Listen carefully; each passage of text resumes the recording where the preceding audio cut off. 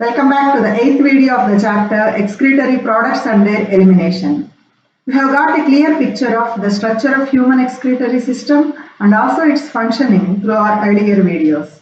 Today we are going to have a brief discussion on the process of micturition, composition of urine, disorders of human excretory system, artificial kidney or dialyzer, and also the kidney transplantation.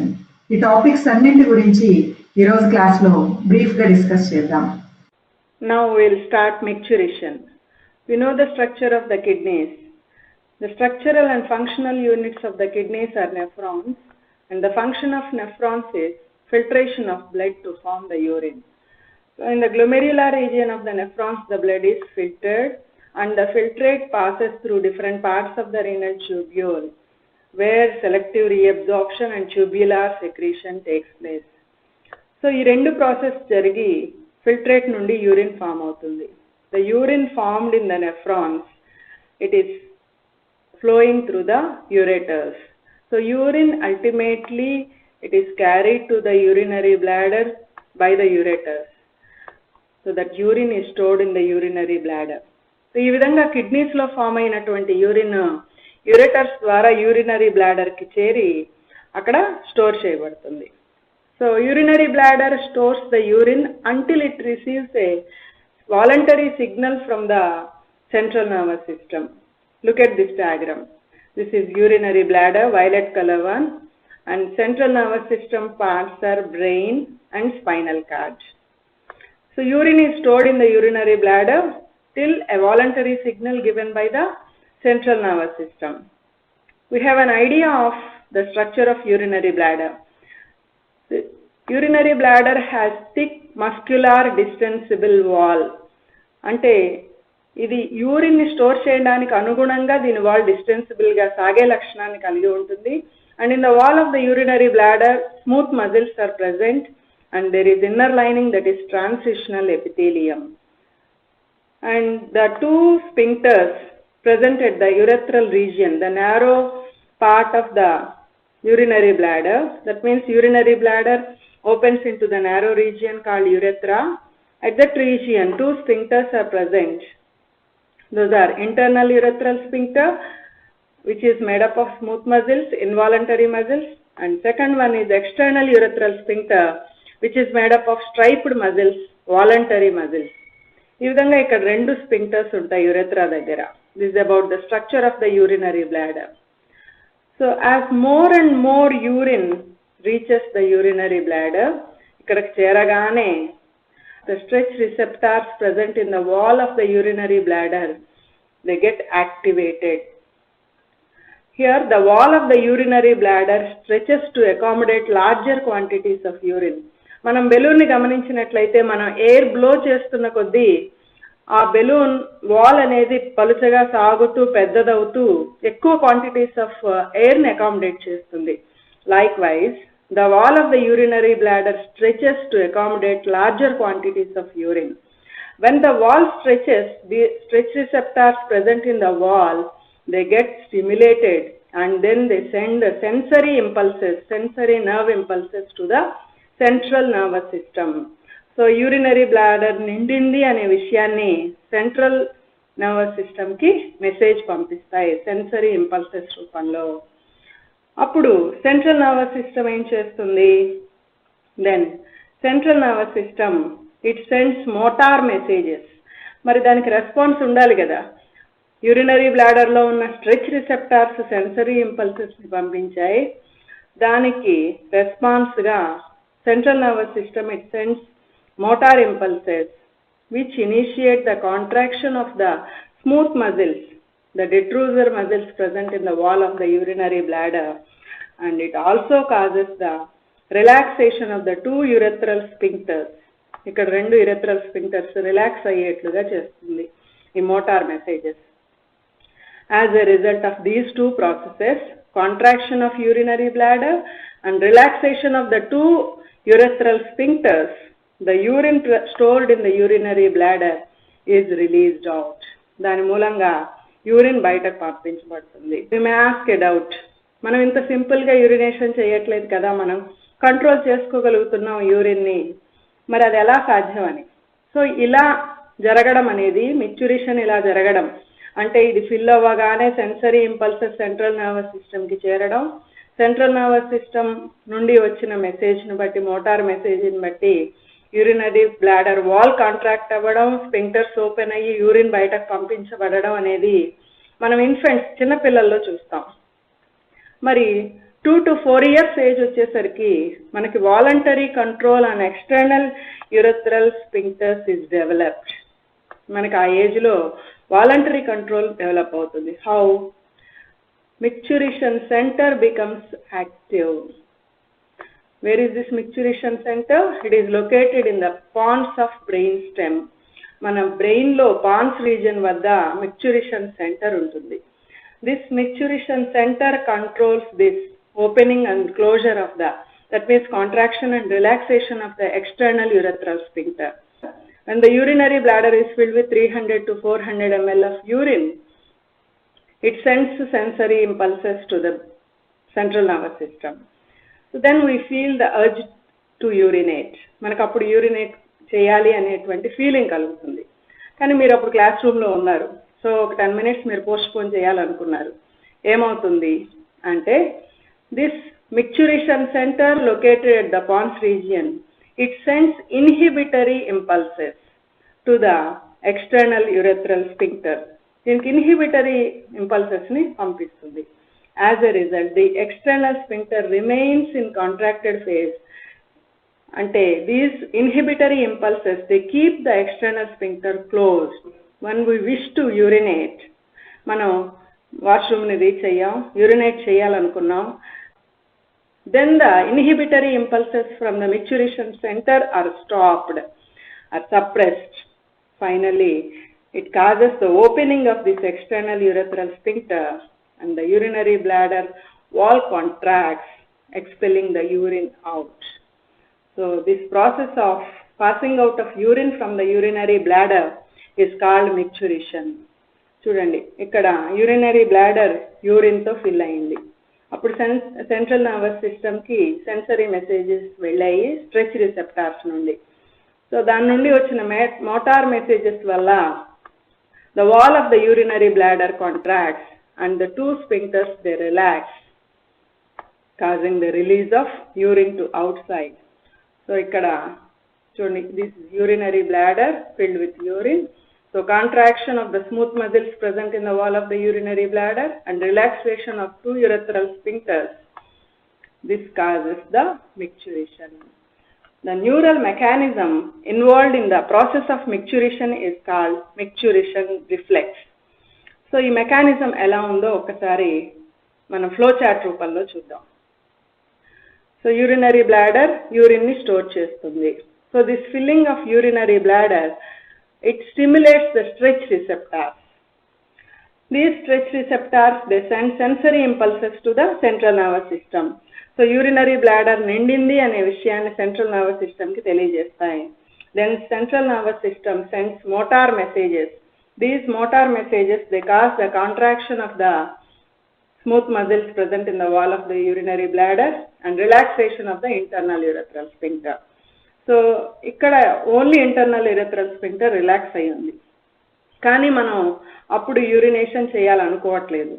So then our micturition center located at the pons region, it sends the inhibitory responses. So inhibitory responses vachi they keep the external urethral sphincter closed. When we wish to urinate, then those inhibitory responses are stopped, causing the relaxation of the external urethral sphincter. As a result, the urine is ejected out. That process is called micturition, and the neural mechanism involved is called micturition reflex. Next, coming to the urine. So on an average, adult human beings they eliminate 1 to 1.5 liters of urine per day. మనం రోజుకి 1 to 1.5 liters urine eliminate చేస్తాం. Urine is light yellow colored watery fluid. ఈ yellow color కి కారణం ఏమిటి అంటే that is due to the presence of a pigment known as urochrome or urobilin. How is it formed? Old and worn out RBC destroyal జరిగినప్పుడు మనకి haemoglobin destruct అయ్యి లివర్లో bile pigments ఏర్పడతాయి. బైలిరూబిన్ and బైలివర్డిన్ bile pigments ఏర్పడతాయి. ఆ bile pigments నుండి urochrome are యూరోబిలిన్ formation జరిగి that urochrome is cent out along with urine and it gives yellow color to the urine. Coming to the pH of the urine, it's 6. 6 ante it is slightly acidic. 7 neutral kada. So our urine is slightly acidic in nature. And urine has characteristic ammonical odor. And coming to the composition of the urine of healthy individual, it contains 96% of water and 2% of urea. This is the main nitrogenous waste material, so we are said to be ureotelic animals. And 2% other dissolved substances like creatinine and uric acid. And on average, 25 to 30 grams of urea is excreted by human beings per day. Here the volume of the urine and composition of urine varies depending on the conditions. For example, when water intake is more, we excrete dilute urine in larger quantities. అంతే కదా, మనం external కండిషన్స్ని బట్టి, మనం తీసుకున్నటువంటి water క్వాంటిటీని బట్టి, food మెటీరియల్స్ని బట్టి the composition of urine and it's volume changes depending on the conditions. Analysis of urine is useful in the diagnosis of many metabolic disorders like diabetes mellitus. If you take this example, the presence of glucose in the urine, that conditions is said to be glycosuria. మన యూరిన్లో glucose ఉండే స్థితిని మనం glycosuria అంటాం. ఇది ఎప్పుడు కనిపిస్తుంది? మనం selective రీఅబ్జార్ప్షన్లో చూసాం. Glucose is high threshold substance and it is completely reabsorbed. మరి యూరిన్లో గ్లూకోజ్ ఎందుకు కనిపిస్తుంది? When the glucose level crosses the renal threshold limit, that is 180 milligrams per 100 ml of blood, that glucose, extra glucose is not absorbed into the body, that is sent out along with urine. That condition is said to be glycosuria. And when we find ketone bodies, that condition is said to be ketonuria. So these two indicate the disease diabetes mellitus. So presence of glucose and ketone bodies in the urine indicates the diabetes mellitus. Urine లో ఈ రెండింటిని గమనించడం వల్ల మనం ఈ డిజార్డర్ని diagnose చేయగలుగుతాం. Like this, the urine test gives an idea about the disorders. They help in the diagnosis of metabolic disorders. Coming to the next topic, that is role of other organs in excretion. Kidneys are our main excretory organs. They eliminate the nitrogenous waste materials. So in addition to the kidneys, these lungs, liver and skin, they also help to eliminate the metabolic waste materials. So what type of metabolic wastes are eliminated by these three accessory excretory organs? How are they eliminated? We'll discuss now. Coming to the lungs. Lungs are our respiratory organs. What is respiration? Respiration is the oxidation of food materials for the release of energy. In the internal respiration or cellular respiration, the food materials are oxidized. Here glucose is oxidized to release energy. That is the respiration. Along with energy, the carbon dioxide and water are also released. Now, lungs eliminate nearly 18 liters of carbon dioxide per day. So, ikkada internal respiration lo form aina carbon dioxide ni lungs eliminate chestunnai. So, not only carbon dioxide, this water is also eliminated along with exhaled air.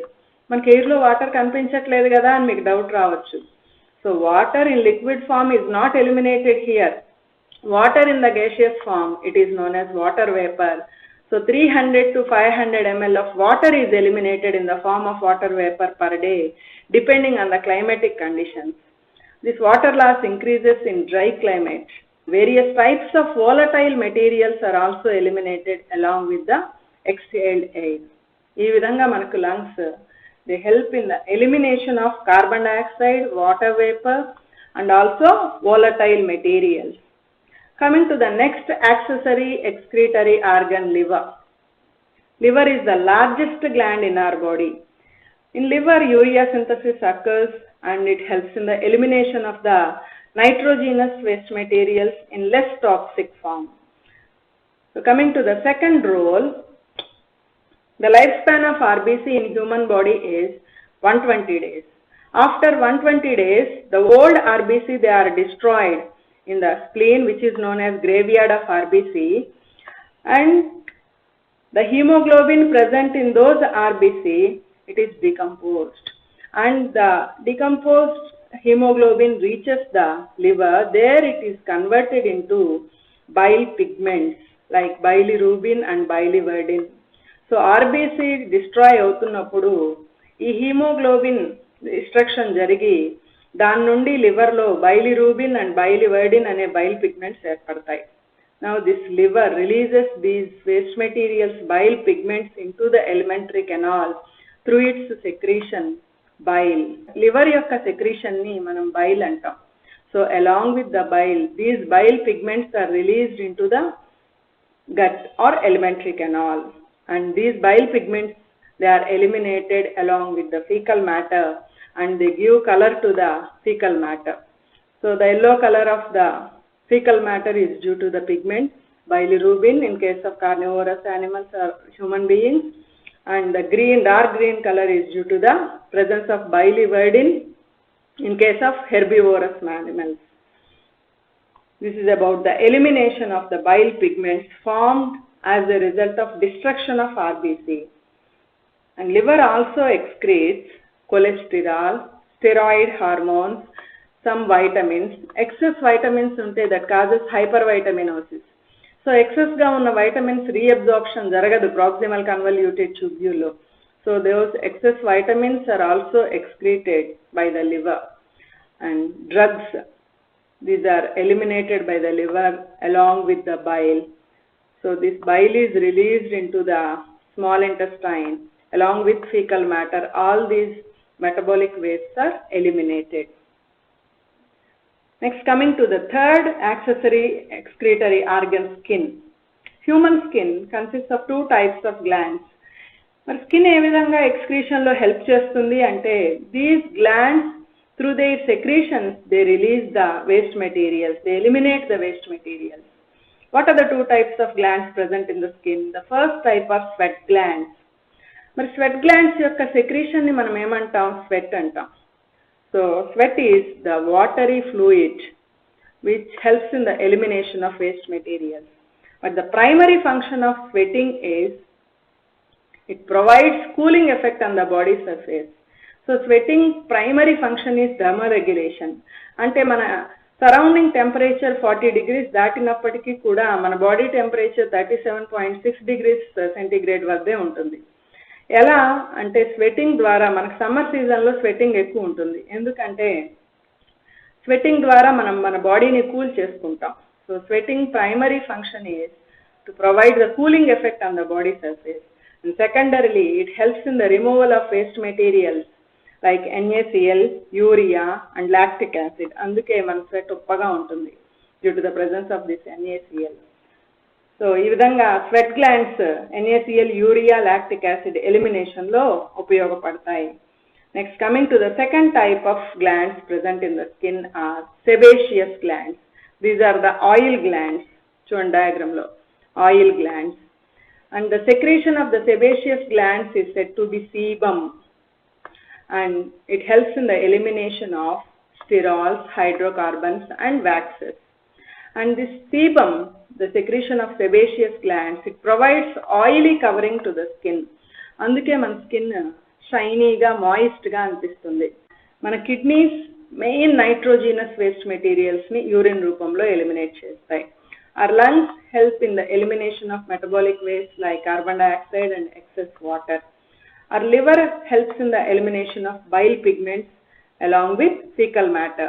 And skin excretes urea, excess water and excess salts in the form of sweat. This is about the accessory excretory organs. Now we'll discuss the disorders of the excretory system. In our syllabus, 4 disorders are included. They are uremia, renal caliculi, glomerulonephritis and renal failure. Now we'll discuss the first disorder, uremia. Presence of excessive amounts of urea in the blood, that condition is known as uremia, and the chief reason for the uremia is damage to the kidneys. మనకు kidneys damage అయినప్పుడు blood filtration జరగక మన main nitrogenous waste material urea బ్లడ్లోనే ఉండిపోతుంది. So దాన్నే మనం uraemia అంటాం. మరి కిడ్నీస్ అసలు డ్యామేజ్ ఎందుకు అవుతాయి? So many reasons are there for the damage of the kidneys. Sugars due to glomerulonephritis, hypertension, high blood pressure ఉండడం వల్ల కూడా డ్యామేజ్ అవుతాయి. డయాబెటిస్ మెల్లిటస్, షుగర్ వ్యాధి ఉన్నప్పుడు కూడా కిడ్నీస్ డ్యామేజ్ అవ్వడం జరుగుతుంది. ఈ కిడ్నీస్ డ్యామేజ్ అయినప్పుడు ఫిల్టరేషన్ జరగక బ్లడ్ లో యూరియా లెవెల్ అనేది ఎక్కువ అవుతుంది. How is it treated? So మన బ్లడ్ లో యూరియా ఎక్కువ అవ్వడాన్నే మనం యురేమియా అంటున్నాం. దానికి ట్రీట్మెంట్ ఏంటి? బ్లడ్ లో యూరియాని తగ్గించాలి, అంటే బ్లడ్ నుండి యూరియాని వేరు చేసి బయటకు పంపించాలి. So it is treated by haemodialysis. Hemodialysis is the procedure in which the waste materials are removed from the blood by using a mechanical device known as dialyzer. ఇక్కడ చూడండి, హీమోడయాలసిస్ లో పేషెంట్ నుండి blood ని బయటకు తీసి దాన్ని dialyser లోకి పంపించి డయలైజర్ లో వేస్ట్ మెటీరియల్స్ ని బ్లడ్ నుండి వేరు చేసి ఆ క్లీన్ బ్లడ్ ని మళ్ళీ ఆ పేషెంట్ లోకి ప్రవేశపెడతారు. This is the idea of haemodialysis. ఈ హీమోడయాలసిస్ డీటెయిల్స్ మనం ఆర్టిఫిషియల్ కిడ్నీలో తర్వాత డీటెయిల్డ్ గా డిస్కస్ చేద్దాం. Coming to the next one, renal caliculi. Renal caliculi is also known as kidney stones. Kidney stones are the hard crystalline structures formed in the kidneys and also in the urinary tract. మరి stones ఎందుకు form అవుతాయి?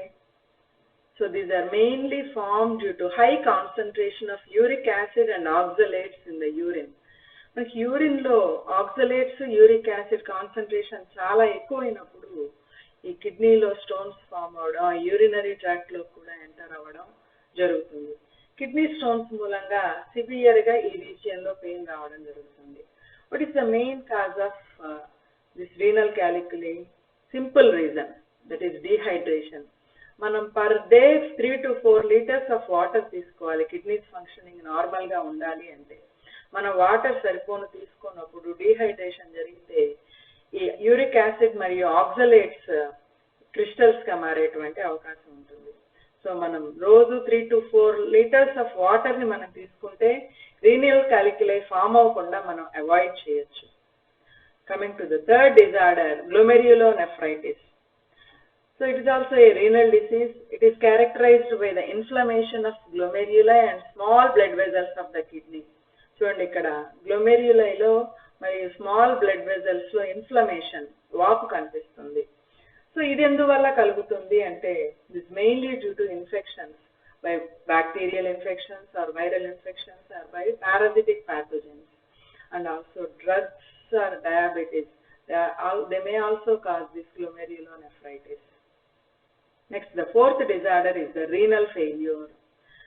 So renal failure, it is also known as kidney failure. It is formerly known as renal insufficiency. So kidney failure is the situation in which the kidneys they fail to function adequately. So kidneys what function ni sariga cheyalevu, ante blood ni proper ga filter cheyalevu. So kidneys fail avvadaniki karanaalu enti ante a number of diseases or other health problems they may cause this renal failure. Kidneys problems వల్లనే kidneys fail అవ్వవు. కర్ణుడి చావుకి 100 కారణాలు అన్నట్లు బాడీలో other problems, hypertension, diabetes mellitus, malaria వచ్చినప్పుడు కూడా మన కిడ్నీస్ ఫెయిల్ అయ్యేటువంటి అవకాశం ఉంటుంది. So other health problems or diseases వల్ల కిడ్నీ ఫెయిల్యూర్ ఎక్కువగా జరుగుతూ ఉంటుంది. And this is detected by elevated serum creatinine level in the blood. So what is creatinine? Creatinine is the waste material formed as a result of creatine metabolism. మన మజిల్లో ఉన్నటువంటి creatine metabolism వల్ల ఇది ఏర్పడుతుంది. This comes under a threshold substance, actual true excretory product. ఇది అసలు మన బాడీలోకి రీఅబ్జార్ప్షనే జరగదు అని నేర్చుకున్నాం మనం. It comes under non threshold substance.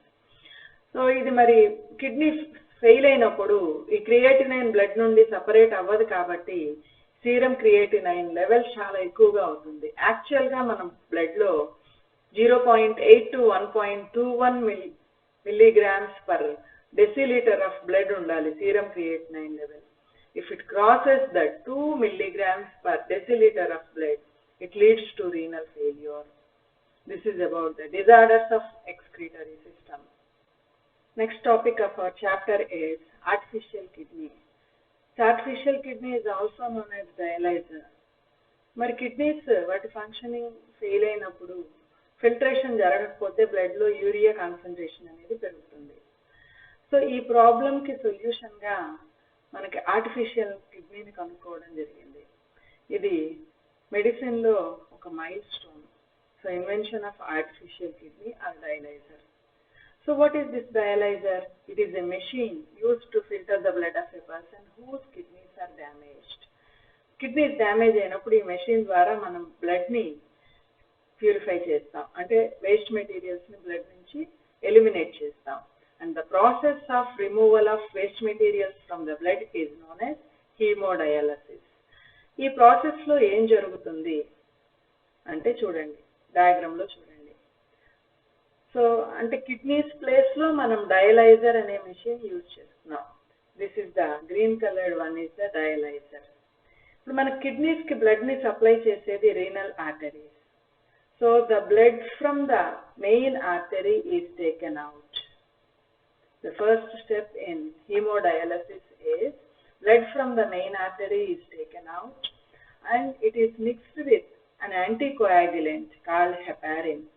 What is the function of anticoagulant? It prevents the clotting of blood. మనకు తెలుసు బ్లడ్ వెజల్ డ్యామేజ్ అయ్యి బ్లడ్ ఎక్స్పోజ్ అయినప్పుడు క్లాటింగ్ జరుగుతుంది. So to prevent that clotting or coagulation of blood, first it is added anticoagulant heparin is added to the blood. Then that blood is pumped into the machine, that is dialyzer.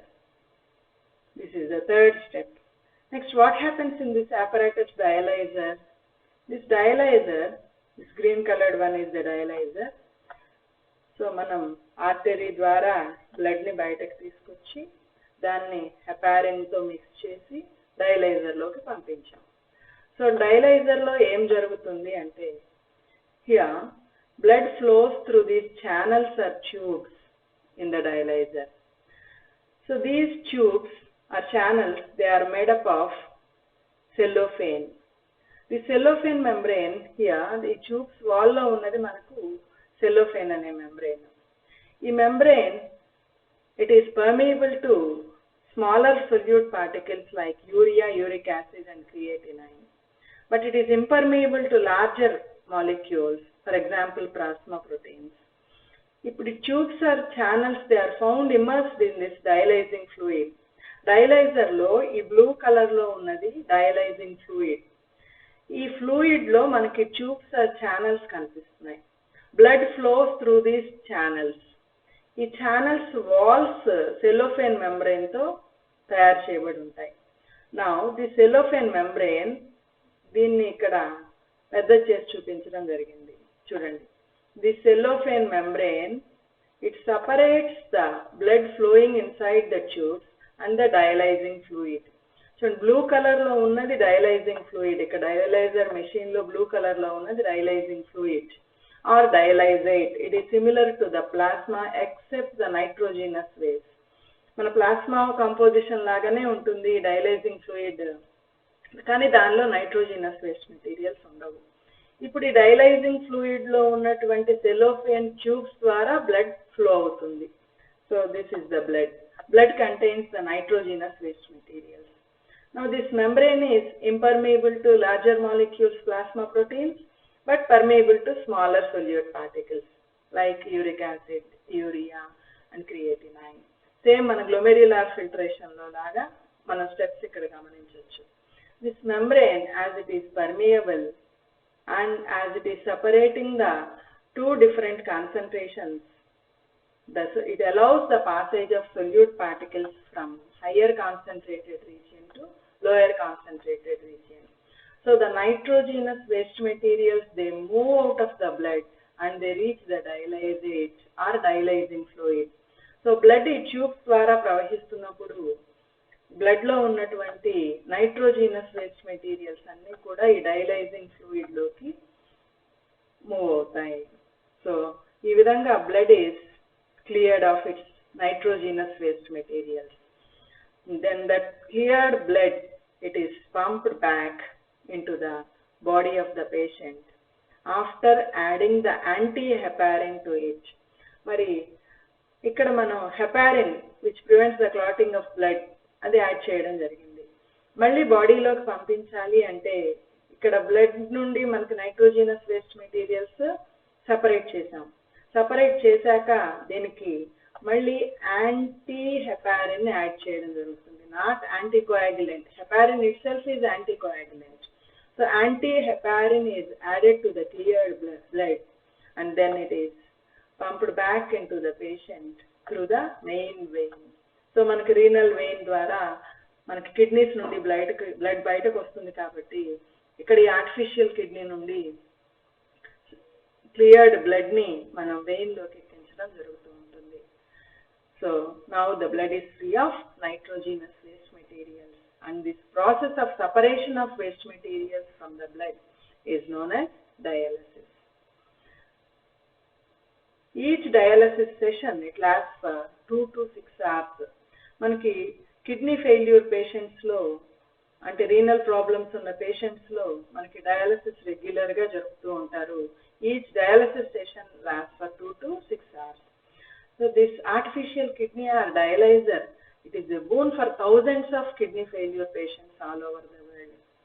మరి అందుకనే kidney failure patients లో ఈ dialysis ఉండడం మూలంగా every month or depending on the condition of their body వాళ్ళు repeated గా dialysis చేయించుకోవడం మూలంగా వాళ్ళ లైఫ్ ని ప్రొలాంగ్ చేసుకుంటున్నారు.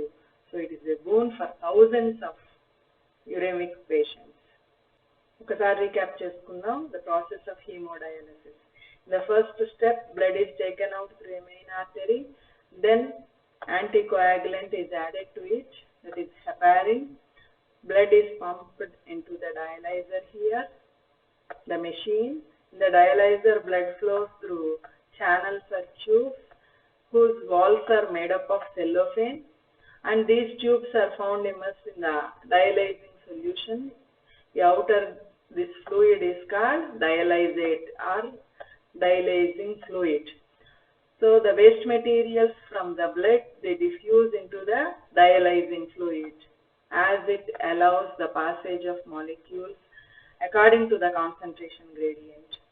అంటే ఇక్కడ డైలైజింగ్ ఫ్లూయిడ్ లో మనకి వేస్ట్ మెటీరియల్స్ ఉండవు. In the blood nitrogenous waste materials are present. So from the blood these waste materials they move out into the dialysing fluid. Then that dialysing fluid is collected into a bottle. చూడండి ఇక్కడ ఒక దానిలోకి collect చేసేస్తారు.